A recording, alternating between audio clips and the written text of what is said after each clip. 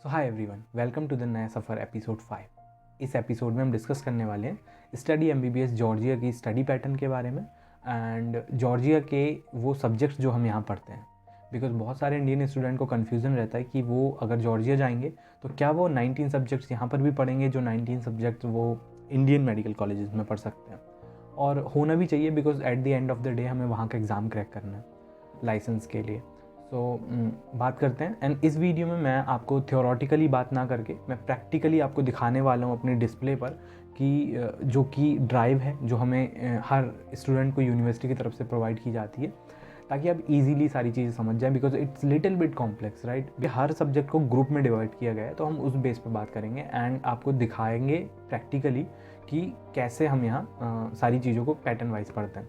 And कुछ लोग guys clinical skills को लेकर हॉस्पिटल रोटेशन को लेकर बहुत ज़्यादा कंफ्यूज हैं। सो प्लीज़ गाइज आप नीचे डिस्क्रिप्शन में मैं लिंक दे दूंगा या फिर आप नीचे मेरी वीडियो सर्च कर सकते हैं और मैंने हर चीज़ पे बात की है almost.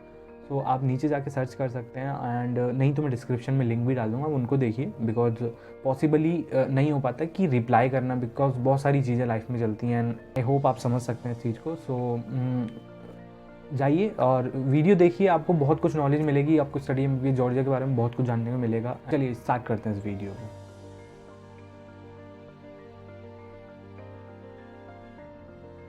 So guys, as you can see, I'm sharing with you my drive which is provided by my university. So as you can see here, we have the 12th semester, right? In 1 year you have to complete 2 semester. So according to this you can easily see practically this is not possible to complete your MBBS in 5 years. So if you are coming from any agency who are saying that you can complete your MBBS in 5 years in Georgia especially, you cannot complete. It's not possible practically. So this is very important to understand, right?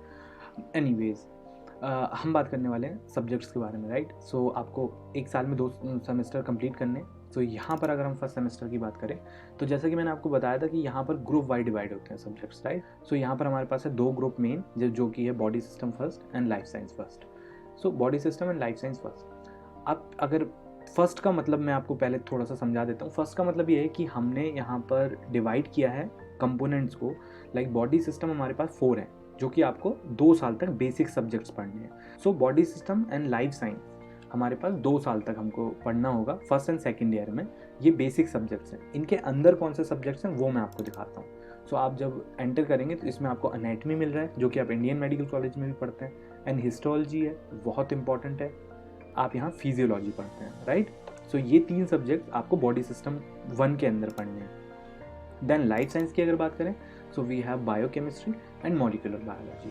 सो ये भी आपको molecular biology वही होगा जो आपने 11-12 में पढ़ा है, बेसिक्स। सो ये आपको 2 मेन कोर सब्जेक्ट हैं जो आपको 2 साल तक पढ़ने हैं। इसके साथ साथ आपको पैथोलॉजी भी पढ़ना है, वो मैं आपको आगे दिखाने वाला हूँ। सो अभी हम बात कर रहे हैं फर्स्ट सेमेस्टर की, right?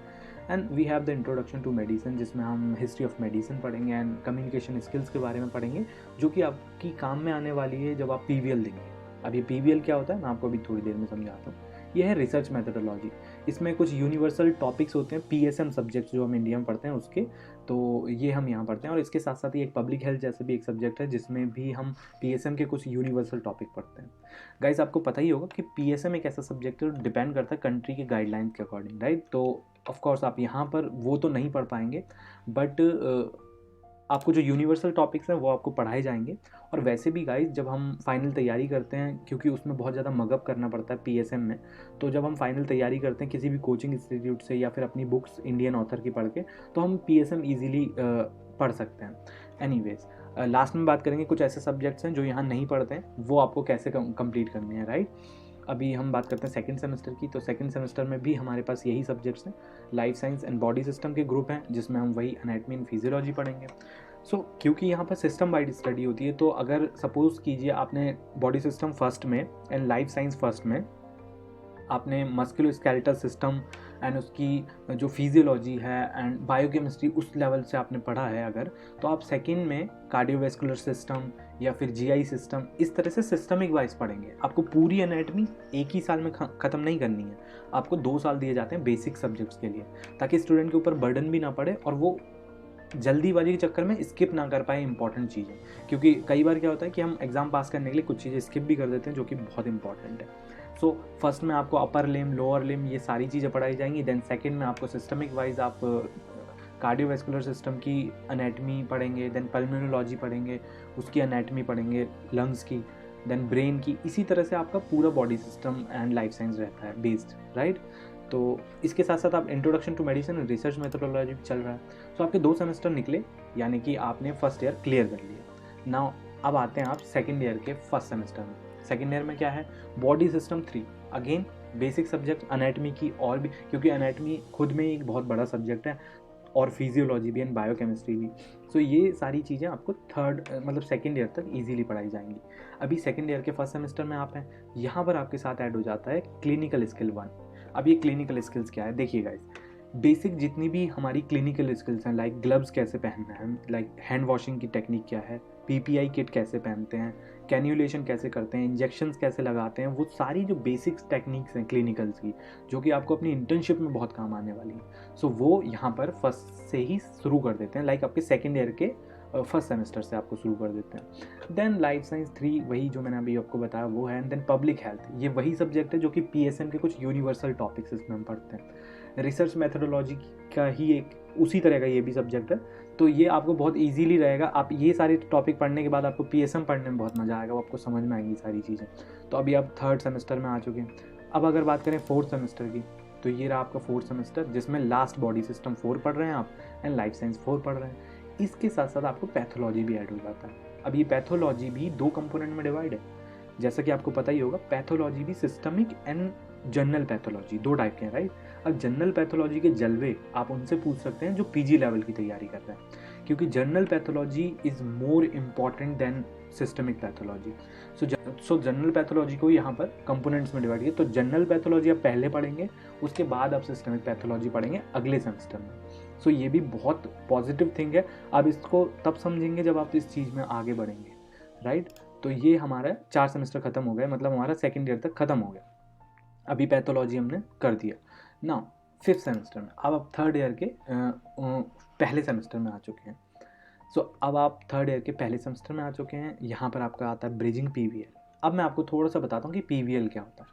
PVL is a problem based learning, right. Problem based learning में क्या है गाइस, जो भी आपने इंट्रोडक्शन टू मेडिसिन में कम्युनिकेशन स्किल सीखा है, जो भी आपने एनाटमी, फिजियोलॉजी, बायोकेमिस्ट्री से बेसिक चीज़ें सीखी हैं, क्योंकि अभी आपने ऑलमोस्ट सारी एनाटमी फिनिश कर ली है, ऑलमोस्ट आपने सारी फिजियोलॉजी फिनिश कर ली है बेसिक सब्जेक्ट्स की, राइट। तो अब आपको पीवीएल दिए जाएंगे, मतलब केसेस दिए जाएंगे। केसेस क्या है, केसेस आपको एक पेशेंट का केस दिया जाएगा, उसमें आपको ग्रुप में डिवाइड कर दिया जाएगा 5 to 6 to 7 स्टूडेंट में, एंड फिर आप वो सारे स्टूडेंट बैठकर उस केस के बारे में डिस्कस करेंगे। उसके बेस पर आपको, आप कितने एक्टिव हैं, आपके पास कितनी नॉलेज है, उसके बेस पर आपको मार्क्स मिलेंगे।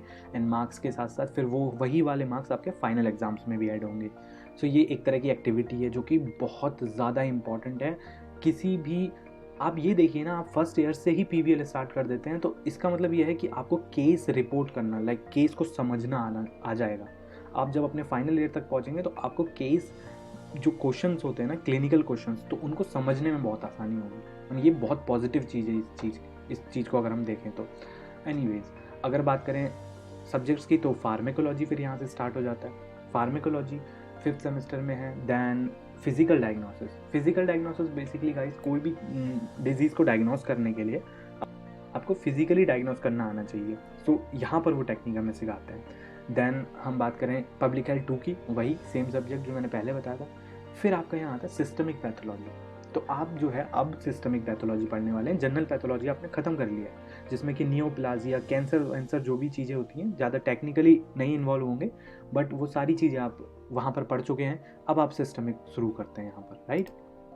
ठीक है, फिर हम चलते हैं फिफ्थ के बाद सिक्स सेमेस्टर पे। तो ये रहा six semester. And six semester में आप क्या पढ़ते हैं, यहाँ पर आती है क्लिनिकल स्किल्स 2 का क्या मतलब है, जो हमने बेसिक क्लिनिकल स्किल्स सीखी थी, उसके बाद अब ये एडवांस लेवल की है। अब एडवांस लेवल की क्लिनिकल स्किल्स क्या है, जैसे कि बेसिक लाइफ सपोर्ट है, जिसमें सीपीआर वगैरह देना है, इंट्यूबेशन वगैरह है, जो भी बेसिक लाइफ सपोर्ट होती, मतलब जो भी लाइफ सपोर्ट है इमरजेंसी में, वो आपको क्लिनिकल स्किल 2 में सिखाया जाता है। नेजोगैस्ट्रिक ट्यूब को इंसर्ट करना है, यूरिनरी कैथेटराइजेशन करना है, वो सारी चीज़ें आप यहाँ सीखेंगे। देन इसके बाद शुरू हो जाता है आपका सर्जरी। जनरल सर्जरी आप यहाँ स्टार्ट करते हैं, and medical law and ethics start करते हैं, राइट। ये आपका 6 सेमेस्टर। 6 के बाद 7 सेमेस्टर की अगर बात करें तो 7 सेमेस्टर में आप जब आगे बढ़ते हैं तो आप यहाँ देखते हैं फैमिली मेडिसिन 1 है, जिसमें कि जो बेसिक डिजीज़ हैं लाइक डायबिटीज़ है, हाइपरटेंशन है, जो रूटीन डिजीज़ हैं उनके बारे में आप उनको मैनेज करना, उनको डायग्नोज करना सीखते हैं आप फैमिली मेडिसिन में। दैन अगर बात करें इंटरनल मेडिसिन 1, यहाँ से आपका 3rd ईयर से स्टार्ट हो जाता है इंटरनल मेडिसिन 1। अब ये लास्ट तक चलने वाला आपका फाइनल तक। So internal medicine 1 and surgery 1 है। अब आप सोचेंगे कि बाकी के सारे सब्जेक्ट्स कहाँ पे? बाकी के सारे सब्जेक्ट्स हैं इन कंपोनेंट्स के अंदर। जैसे कि अगर सर्जरी की बात करें तो जब आप यहाँ जाते हैं तो अब यहाँ पर आप जो है सर्जरी के अलाइड सब्जेक्ट पढ़ेंगे, सर्जरी एंड मेडिसिन के। तो जैसे कि सर्जरी का अलाइड सब्जेक्ट है ENT, maxillofacial surgery, neuro surgery, ophthalmology आप यहाँ पढ़ेंगे एंड वेस्कुलर सर्जरी यहाँ पढ़ेंगे आप। दैन उसके बाद इंटरनल मेडिसिन की अगर बात करें तो इंटरनल मेडिसिन के साथ साथ आप उसके अलाइड सब्जेक्ट जैसे कि साइकेट्री है वो आप यहाँ पढ़ेंगे, राइट। सो साइकेट्री हो गया हमारा। एंड सर्जरी के अलाइड सब्जेक्ट हो गए ENT, ऑफ्थेल्मोलॉजी, राइट। फिर हम जाते हैं नेक्स्ट सेमेस्टर में, अपने 9th सेमेस्टर में।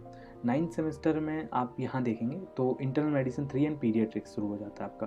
पीडियाट्रिक्स यहाँ शुरू होता है। इंटरनल मेडिसिन 3 है जिसमें कि आपके 3 कंपोनेंट्स हैं, जैसे कि इन्फेक्शियस डिजीज़, नेफ्रोलॉजी एंड रिमेटोलॉजी। सो ये रिमेटोलॉजी यहाँ पर भी कंपोनेंट में डिवाइड किया गया है ताकि पूरी मेडिसिन को आप अच्छे से पढ़ पाएँ। अगर आपको लास्ट ईयर में अगर मेडिसिन दिया जाएगा तो आप सिर्फ उतना ही पढ़ पाएंगे जितना आपको एग्ज़ाम क्रैक करने में काम आए। बिकॉज आप अगर उतना ही पढ़ेंगे तो फिर बस वही है कि आपको बस एग्ज़ाम क्लियर करना है, जबकि ये हमें बहुत अच्छे से पढ़नी है मेडिसिन, बिकॉज वही कोर सब्जेक्ट है मेडिसिन एंड सर्जरी। देन अगर बात करें 9th सेमेस्टर में हमने कर लिया था। देन अगर 10th सेमेस्टर की बात करें तो 10th सेमेस्टर में फिर आप जब जाते हैं तो आपको इंटरनल मेडिसिन 4 मिलता है, क्लिनिकल फार्मा मिलता है यहाँ आपको। क्लिनिकल फार्मा एंड फार्मेकोलॉजी में बस इतना ही अंतर है कि क्लिनिकली आपको उसकी एप्लीकेशन बताते हैं, जितनी भी दवाइयाँ आपने पढ़ी हैं उनको क्लिनिकली कैसे अप्लाई करना है, उनके साइड इफ़ेक्ट क्या होते हैं, वो सारी चीज़ें यहाँ फिर डिटेल में दोबारा से डिस्कस करते हैं। फिर ऑब्स्टेटिक एंड गायनिकोलॉजी यहाँ स्टार्ट हो जाता है। एंड इंटरनल मेडिसिन की यहाँ पर अगर कंपोनेंट की बात करें तो यहाँ पर इंटरनल मेडिसिन के कंपोनेंट चेंज हो जाते हैं। वो होते हैं डर्मेटोलॉजी जो कि अलाइड सब्जेक्ट है, एंडोक्राइनोलॉजी एंड हेमेटोलॉजी। सो यहाँ पर उसके कंपोनेंट में डिवाइड कर दिया गया। सो बेसिकली कहने का मतलब बस मैं इतना बताना चाहूँगा कि आप सब्जेक्ट सारे यहाँ पढ़ेंगे, बट उनके अलाइड सब्जेक्ट हैं क्योंकि वो तो आप उन्हीं कंपोनेंट्स में पढ़ते हैं। सो आपको सारा कुछ पढ़ाया जाएगा। आप ये बात से बिल्कुल भी बेफिक्र रहिए कि आपको कोई सब्जेक्ट मिस किया जाएगा। And then geriatrics, internal medicine 5 and surgery capstone. ये बेसिकली हॉस्पिटल बेस्ड है पूरा, आपको सर्जरी दिखाएंगे, हॉस्पिटल्स में ले जाएंगे। एंड अगर इसकी 5 की बात करें तो यहाँ पर आपको वो सारे कंपोनेंट दोबारा रिवाइज करने होते हैं जो आपने अभी तक के इंटरनल में पढ़े हैं, राइट। सो ये बहुत इंपॉर्टेंट है। दैन लास्ट सेमेस्टर की अगर बात करें तो लास्ट सेमेस्टर में अगर हम जाएँ तो यहाँ पर आप emergency medicine, law and ethics, oncology and physical therapy and rehabilitation पढ़ते हैं। सो गाइज ये था सब्जेक्ट्स के बारे में। अब बात करते हैं कुछ ऐसे सब्जेक्ट जो कि यहाँ पर मिस किए गए हैं, जैसे कि रेडियोलॉजी आपने नहीं देखा, जैसे कि आपने फॉरेंसिक मेडिसिन नहीं देखा, PSM सब्जेक्ट्स को वो वाला PSM नहीं देखा जो इंडिया में पढ़ाते हैं। सो ये जो 3 सब्जेक्ट्स हैं इनको अगर हम देखें तो ये सब्जेक्ट्स आपको, रेडियोलॉजी की अगर बात करें तो रेडियोलॉजी अलग से ना होकर इन्हीं कंपोनेंट्स के अंदर हमें रेडियोलॉजी में पढ़ाया जाता है। बिकॉज वही बात है ना गाइज, इंटीग्रल वे में स्टडी करते हैं। लाइक हमने अगर ऑब्स गायनी का कोई टॉपिक पढ़ा तो उसकी रेडियोलॉजी के हिसाब से जो इंपॉर्टेंट रेडियोलॉजी है वो हम उसी कंपोनेंट के अंदर पढ़ते हैं। तो वहाँ पर रेडियोलॉजी हम उसके साथ साथ ही पढ़ते हैं। तो रेडियोलॉजी कोई प्रॉब्लम नहीं है। अगर बात करें फॉरेंसिक मेडिसिन की तो हाँ, ये मैं ज़रूर मानता हूँ कि फॉरेंसिक मेडिसिन एक ऐसा सब्जेक्ट है जो हम यहाँ नहीं पढ़ते हैं। और फॉरेंसिक मेडिसिन अगेन ये एक ऐसा सब्जेक्ट है जो कि आपकी कंट्री की गाइडलाइंस पर डिपेंड करता है, कंट्रीज़ पर डिपेंड करता है, वहाँ के लॉज पर डिपेंड करता है। तो आपको ये चीज़ ऑब्वियसली कॉमन सेंस से आप समझनी चाहिए कि ये चीज़ किसी और कंट्री में आपको नहीं पढ़ाई जाएगी। तो इसके लिए आपको अपनी कोचिंग सेंटर्स यूज़ करने हैं या फिर आपको फॉरेंसिक मेडिसिन की बुक लेके जानी है इंडिया से, वो आप स्टडी कर सकते हैं। कोई प्रॉब्लम नहीं है गाइज, क्योंकि आपको बेसिकली MBBS का मतलब ये है कि आप बेसिक चीज़ें समझ, बेसिक मेडिकल साइंस को आप समझें। जो कंट्री लेवल की बातें हैं, जो कंट्री पे डिपेंड करती हैं, वो चीज़ें आपको खुद पढ़नी पड़ेंगी। और कोचिंग इंस्टीट्यूट आजकल इतने ज़्यादा ऑनलाइन हैं कि आप इजीली वहाँ से कर सकते हैं ये सब। फिर अगर बात करें PSM की तो यस, यहाँ पर PSM की यूनिवर्सल टॉपिक्स पढ़ाए जाते हैं, बट PSM जो इंडियन की गाइडलाइंस है वो सारी वैक्सीनेशन वगैरह वो सारी चीज़ें आपको इंडिया की ही बुक से पढ़नी पड़ेंगी। So guys, moral of the story क्या है कि आप यहाँ पर वो सारे सब्जेक्ट्स पढ़ेंगे। ये लिस्ट मैंने फिर भी आपको बना दी है क्योंकि हो सकता है आप कोई सब्जेक्ट हमने मिस कर दिया हो, तो आप ये देख सकते हैं। ये सारी लिस्ट के सब्जेक्ट आप यहाँ पढ़ेंगे।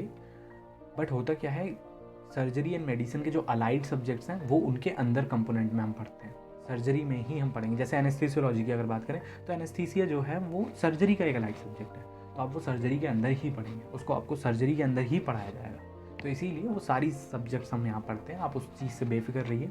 बट 2 सब्जेक्ट्स की जो मैंने बेसिकली बात की, जैसे कि एक फॉरेंसिक मेडिसिन एंड PSM, तो हाँ इनमें थोड़ी सी एक्स्ट्रा मेहनत करने की ज़रूरत है। And guys in 2 subjects important हैं। आप कोचिंग सेंटर, आपको लास्ट में तैयारी करने के लिए कोई भी इंस्टीट्यूट कोचिंग सेंटर ज्वाइन करना ही पड़ेगा अपनी फाइनल एग्ज़ाम की प्रिपरेशन के लिए, तो उसके लिए अभी काफ़ी टाइम है। बट उससे पहले आप ये बेसिक सारी चीज़ें समझिए, ये बेसिक सब्जेक्ट्स आप समझिए, ताकि आप एक अच्छे डॉक्टर बन पाएँ। तो यही था एक छोटा सा वीडियो। आई होप आपको चीज़ें समझ में आई होंगी, क्योंकि ये थोड़ा सा कॉम्प्लेक्स है, इसलिए मैंने आपको ड्राइव शेयर करके दिखाया ताकि आप सारी चीज़ें ईजिली समझ पाएँ। एंड गाइस लास्ट में थोड़ी सी एक इम्पॉर्टेंट बात ये बोलना चाहूँगा कि अब मैं Q&A प्लान कर रहा हूँ नेक्स्ट वीडियो के लिए। तो Q&A के क्वेश्चन आप कमेंट में पूछ सकते हैं, पोस्ट में पूछ सकते हैं, DM कर सकते हैं इंस्टा पर। तो आप अपने क्वेश्चन को एक क्वेश्चन के बेस पे भेज दीजिए, बिकॉज सारी चीज़ों के आंसर पॉसिबल नहीं होता कि हम पॉसिबली सारी चीज़ों के बारे में चैट में बता सकें। गाइज यही मेन रीज़न था नया सफ़र को लॉन्च करने का, क्योंकि नया सफ़र के आपके जो भी क्वेश्चंस होंगे, जो भी आप प्रॉब्लम्स भेजेंगे इंस्टा पर या चैट में या कहीं पर भी, तो उसकी एक पर्टिकुलर वीडियो आपको मिलेगी।